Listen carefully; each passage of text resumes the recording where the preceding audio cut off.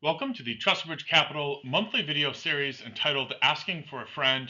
I'm your host, Eric Jefferson, and this month we dive into a topic that's got a lot of traction in the headlines as of late. I'm going to take a deep dive into tariffs, what they are, as well the good, the bad, and the ugly associated with them. Now, before we get started, we have a few quick words from our legal team.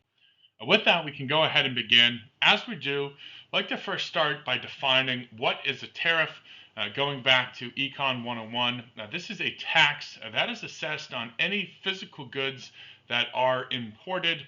The goal of this, a tool used by the government to, in many ways, protect domestic industries from foreign competition. Again, we see this much more in the goods versus service sector, where countries that can manufacture or produce goods at a much lower cost, tariffs allow domestically produced goods to remain competitive from a price standpoint.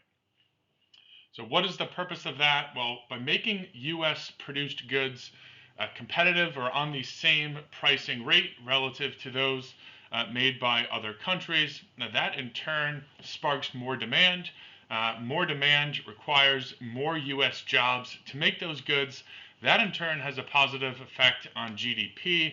And lastly, more GDP growth you have, more tax revenue for the U.S. government.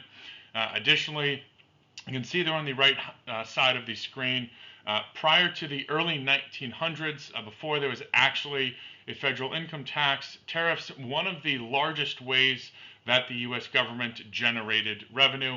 Obviously, that is something not to be ignored. Now, we think about some of the considerations for these. First and foremost, when imported goods have a tariff, that cost usually is passed on to the end consumer, as opposed to those companies that are exporting the goods simply eating that additional expense. That in turn can lead to higher prices. Obviously, that is an inflationary force, not only for the physical goods being consumed, but also for domestic industries that rely on those imported materials for their end or final products. Additionally, if tariffs are to the point where they become cost prohibitive for countries and other nations to make them and then export to the U.S., sometimes that can cause those countries, or those companies rather, to cease importing or exporting their goods to the U.S. That in turn can lead to fewer consumer choices. Lastly, and one, especially given the current circumstance, that carries a lot of significance would be the potential retaliation from other countries. Obviously, if the U.S. is putting a tariff on imported goods from other countries, that certainly can create some tension, can result in a trade war, at the very least disrupt global supply chains.